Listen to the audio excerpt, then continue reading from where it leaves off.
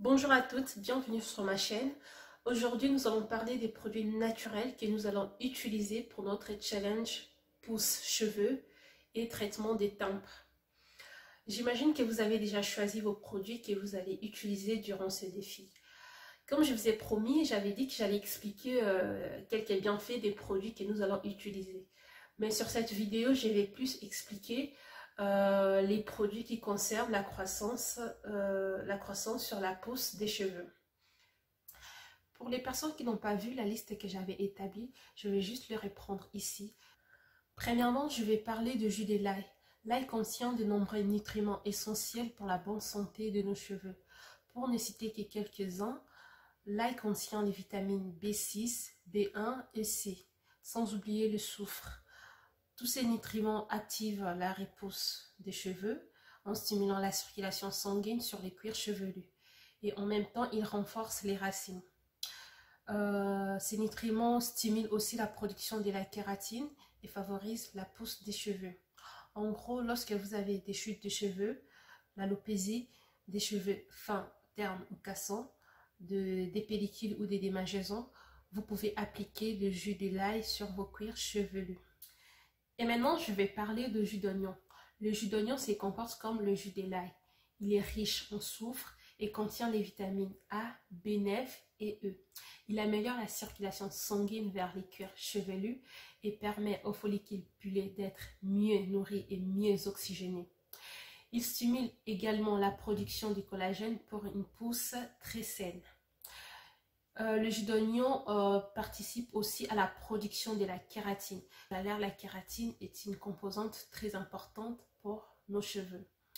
Aussi, le jus d'oignon se comporte comme un antibactérien, c'est-à-dire il réduit la croissance des champignons et des bactéries, d'où on a moins d'infections, c'est-à-dire moins de perte des cheveux.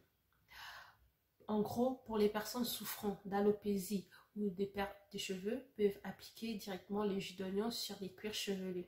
Ce qui est juste interdit, c'est pour les personnes qui ont des grosses irritations ou des plaies sur les crânes, de ne pas utiliser le jus d'oignon. Donc, elles doivent s'abstenir parce qu'à la base, lorsque vous appliquez le jus d'oignon, vous avez des petits picotements. Parlons maintenant de notre troisième ingrédient qui est le gingembre. Alors, le gingembre, il a plusieurs bienfaits, mais je vais rester sur les cheveux. Donc, le jus de gingembre peut s'appliquer directement sur les cuirs chevelus. Alors, le jus de gingembre a plusieurs nutriments. Il a une quantité très importante de vitamine B9 et ainsi qu'en faible quantité les vitamines A, C, E, B1, B2, B3, B4, B5 et B6. Le jus de gingembre, en fait, il accélère la pousse des cheveux et il lutte aussi sur la perte des cheveux. Lorsque vous l'appliquez sur vos cuirs chevelus, il y a des très légers picotements que vous allez ressentir. Pour l'huile de moutarde, je ne vais pas m'attarder dessus.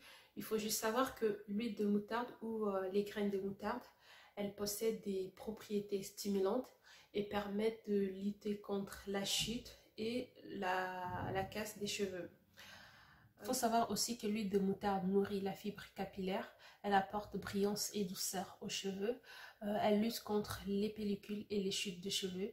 Si vous avez des pellicules, comme je l'ai dit tout à l'heure, vous pouvez utiliser l'huile de moutarde et aussi elle stimule la pousse des cheveux. Parlons maintenant de thé vert. Alors pour le thé vert, je ne vais pas non plus m'attarder dessus. Il faut savoir juste que le thé vert, l'infusion du thé vert permet en fait de stimuler la croissance des cheveux et de lutter contre la casse. L'infusion du thé vert, ça s'utilise en rinçage pour faire briller les cheveux et il se comporte aussi comme un anti-pelliculaire. Maintenant, je vais parler de notre ingrédient qui est les feuilles de laurier. Alors, les feuilles de laurier, ce sont des feuilles qu'on retrouve dans nos cuisines. Elles ont plusieurs bienfaits pour notre corps, mais ici, nous allons rester plus sur les bienfaits que procurent les feuilles de laurier sur nos cheveux. Il faut savoir que les feuilles de laurier agissent contre la chute de cheveux et elles sont vraiment très bénéfiques pour éliminer les pellicules. Aussi, les feuilles de laurier accélèrent la pousse des cheveux en stimulant la circulation sanguine du cuir chevelu. Et elle permet aussi de tuer les bactéries et les champignons sur les cuirs chevelus infectés. Sans oublier que le laurier est un tonifiant qui redonne en fait de la vigueur à vos cheveux. Alors pour son utilisation, les feuilles de laurier peuvent s'utiliser en infusion juste après le shampoing ou en macérat huileux. Le dernier ingrédient qui est l'hibiscus, je ne vais pas non plus m'attarder dessus. Je vais juste parler de ses bienfaits. Donc ça s'utilise en infusion. Elle stimule la croissance des cheveux et prévient l'apparition des fourches. Elle a aussi des propriétés hydratantes, nourrissantes et protectrices.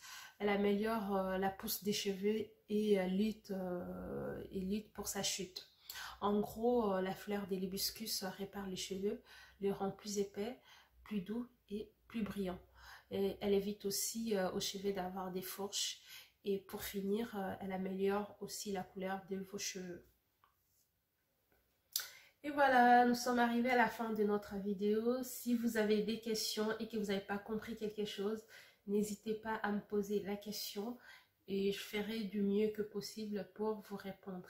Je vous dis à la prochaine.